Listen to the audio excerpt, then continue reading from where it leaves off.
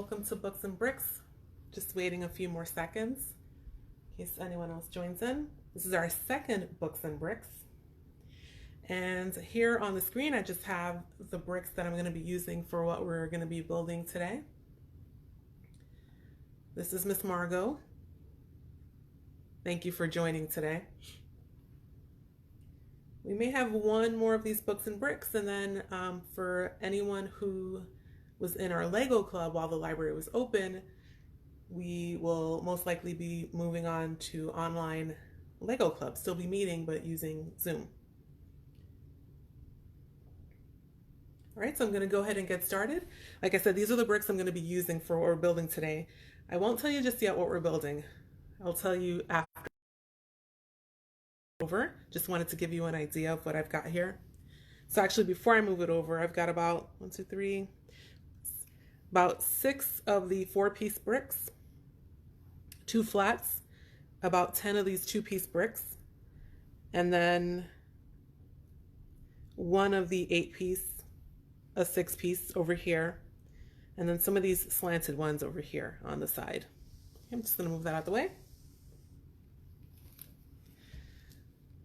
The story we're going to be looking at today is called Dog vs. Cat, and it's by Chris Gall.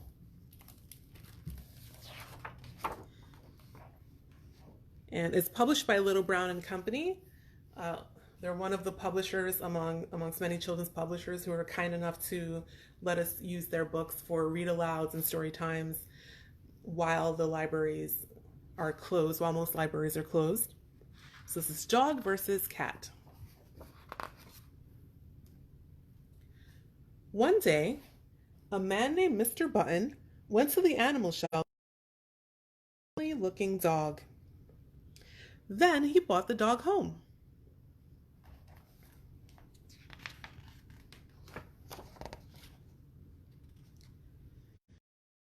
Town on that very same day, Mrs. Button went to a pet store and bought a smart-looking cat. Then she brought the cat home. And he's saying, "Are we there yet?" However, the Buttons had only one room for their pets. They would have to share. This could have been a dangerous situation. But Dog and Cat wanted to be very grown up. And Dog is saying hello, and Cat says greetings. So Dog and Cat moved in together. Dog quickly arranged one side of the room. Looks pretty messy. Cat did the same with the other side. It's a lot neater on that side.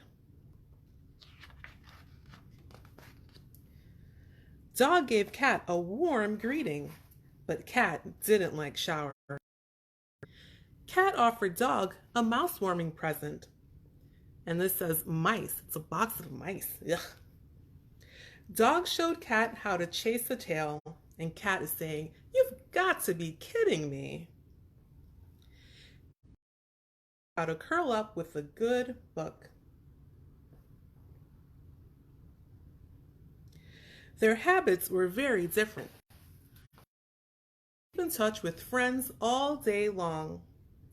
Cat liked to play games all night long.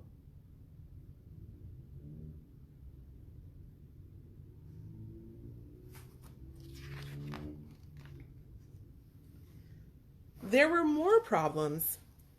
Dog was always sniffing everything.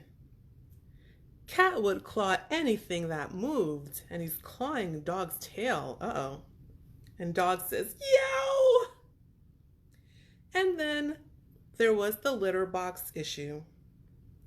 That was when they decided to mark their territories.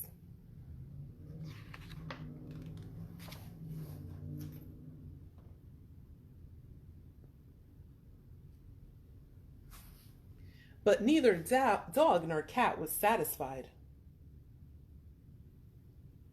One of them had to go. Cat knew that Dog had a very good nose. So Cat made sure to maintain horrible garlic breath. Dog rubbed some party balloons on the rug and stuck them to Cat. It's from the static. That's why it's sticking to him. Cat popped them with the sharp claws, nearly giving Dog a heart attack. Cat filled Dog's water bowl with hairballs. Dog poured the water over Cat's head during nap time. It was too much to take.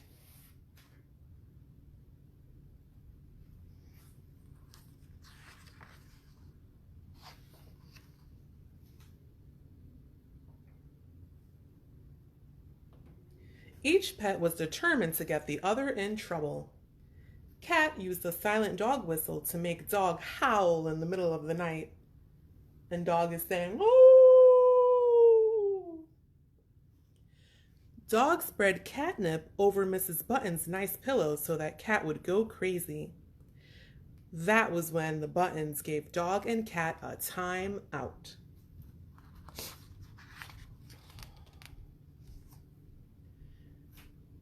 Since they could agree on nothing else, Dog and Cat decided to build a wall to separate their room.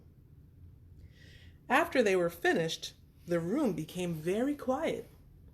Too quiet. And Cat is saying, "Here, you missed a spot." And Dog says, "No, I didn't." They're not even agreeing on building the wall. Soon, Dog began to remember all the good times they'd had together. And Cat began to remember all the fun times too.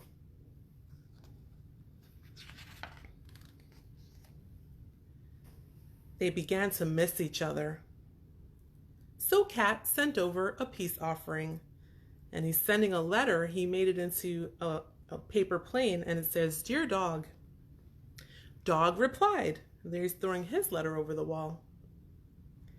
They each set out to solve the problem in different ways. So Dog is digging a hole through the ground, and Cat built a door, and Cat says, "Hello again."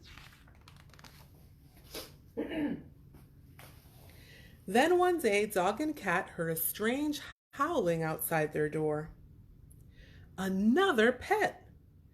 They could not believe that Mr. and Mrs. Button would wish for a pet any better than Dog or Cat. What could it be? Dog hoped it wasn't a porcupine. Cat hoped it wasn't an elephant. Dog and Cat were afraid. They agreed that something had to be done to keep the creature out of their room. Cat drew up plans to block the door. Dog tore down their wall and used the pieces. But they forgot that the door opened into the hallway. Then Mr. and Mrs. Button brought in the cage. So there's already a dog and a cat. I wonder what else is coming in.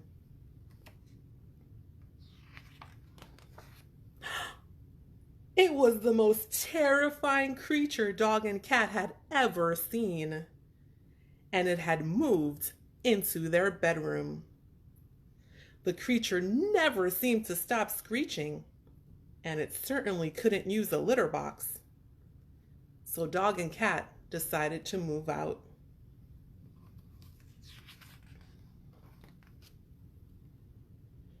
But they knew of only one other available room. Looks like the doghouse outside.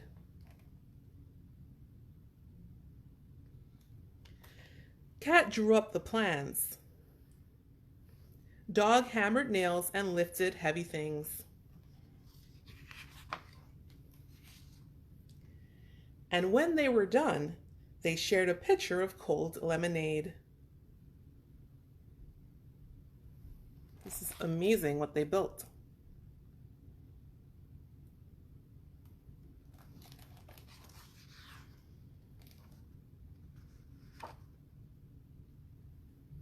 That's the end. Cat is saying, "What is that?" He's pointing at something on the ground. And Dog says, "I have outdoor privileges." Looks like Dog left a little present there he shouldn't have. All right, what we're going to be making, well, I'm going back to take a look at the house that they built.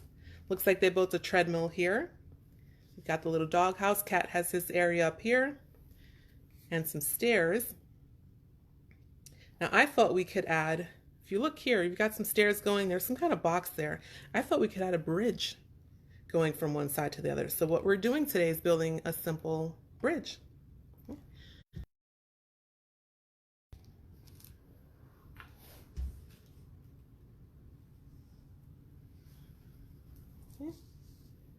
If you've got a base plate, you can use a base plate. You don't really need to.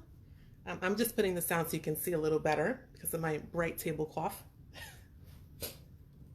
And I'm gonna go ahead and start building. Actually, let me move this over really quick to show you again the pieces that I have. It's not that many pieces that we're gonna be working with. Okay.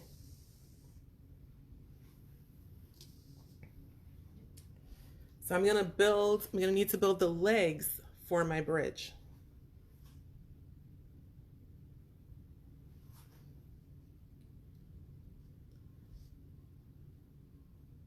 I'm gonna start with this. Okay, and I've got all sorts of color bricks here. It really doesn't matter if you want to just use the same color. If you've got that many bricks, if you just want to use the same color for your bridge, that's fine. I'm using all kinds of different colors because it doesn't matter to me, and I don't have that many bricks, and I love a lot of color anyway. So, all right, we've got our slanted piece here. Just going to add that here on top. And I've got to connect these pieces somehow, right? Because they're just hanging loose right there. So I'm going to connect them. I can use a 4-piece for that.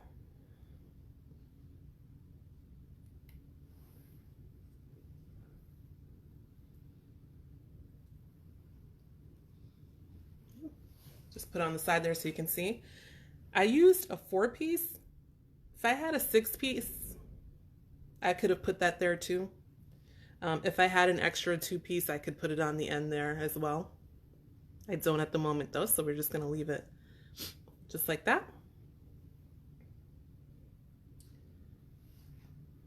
And got another 2-piece. I'm just going to add it here on top. That's my left side of the bridge, so I need to build for the right side of the bridge. So same thing. Got that piece there. And a 4-piece.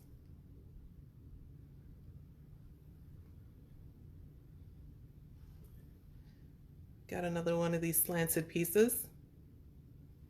Just going to put it right on top. And again, I've got to connect these. So I can use another 4-piece to connect them.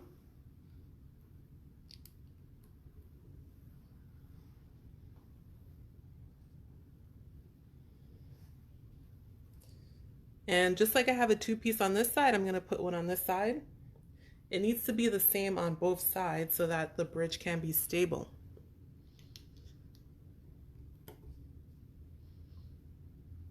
Okay. Now if I put something going across here to make the top of the bridge, it might work, but if there was something really heavy in the middle here, it might fall in, right? So I want to have something supporting the bridge in the middle. So I can put some little stands there. I'm going to use these 2-piece, a few of these 2-pieces for that. Put that together.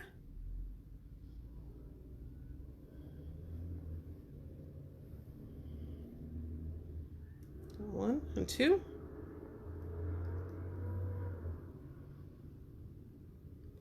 And I don't really care what colors I'm using. I like a colorful bridge, and I'm just gonna turn this sideways so you can see again the pieces that I used here.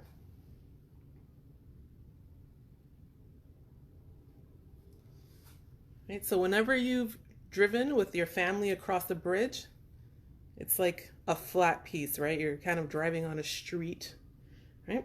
So let me turn this sideways So we need a flat piece where we're going to drive across. The only thing is, let's see. So I've done that. I did that. And look, it doesn't really work. There's a big gap right here. I need another piece to go there. So I'm going to add another 2-piece onto this leg. And like I said before, whatever we do on one side, we need to do on the other so that it's stable and it's not wobbly. So I'm going to need to add a 2-piece onto this support leg. Add it onto there. So I've got 3 of these 2 pieces together.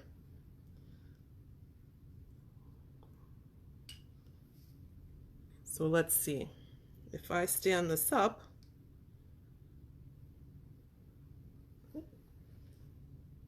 will it work? Let's take a look.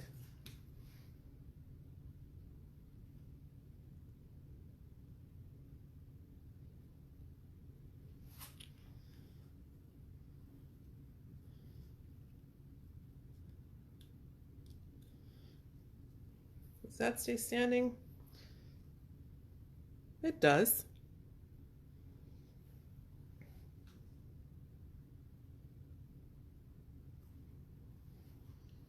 Again, I need the same thing on the other side.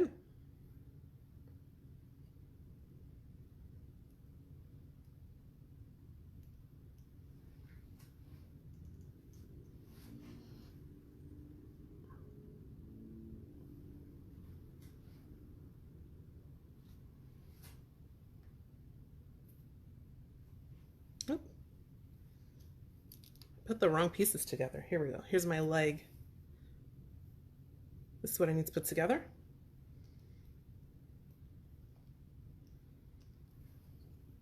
Okay, let's just put it in here. All right, now I've got to connect this side of the bridge. I'm going to connect it.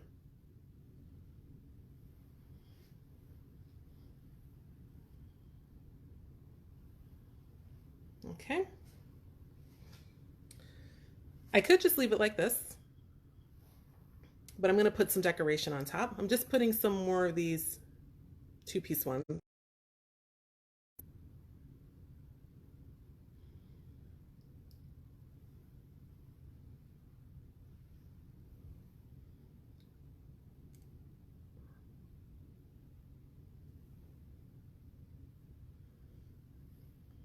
Okay.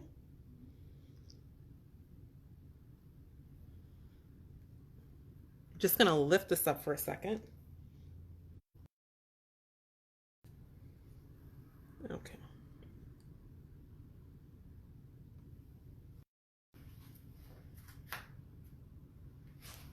And this is kind of slanted. Let me just fix this. It didn't really connect.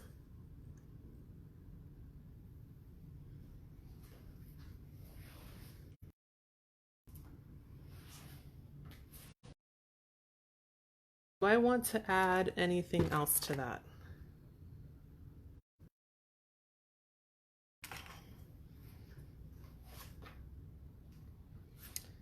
I think I'm going to leave it like that. If I had some more flat pieces, see this right here is not really connected. If I had more flat pieces, you turn it sideways so you can see flat pieces, another layer of the 2 pieces so that I could add a flat underneath, right? Just to make it more stable. But that's the bridge view. Okay, pretty stable. We just need something connecting over here. If I have a small, I don't think I have a small flat piece, but again, I would put it right under there just so that it would make the bridge very stable. And you can try this at home if you've got more pieces. And then if you have a small piece, a flat piece there underneath to hold it together, and you turned it up, it would be interesting to see how much weight your bridge could hold. You know, maybe you could put a couple of pencils on top, see if it holds a couple of pencils. Put an empty cup on top, see if it holds an empty cup. Maybe a half full cup of water with half a cup of water, see if your bridge holds it. Be interesting to see. Of course, ask your permission, your parents' permission first, because we don't want to make a mess just in case the water tumbles over. So this is our bridge. I'm going to turn it sideways again so you can see. If I move the phone, it might change the video, so I don't want to move the phone. But that's the bridge from sideways.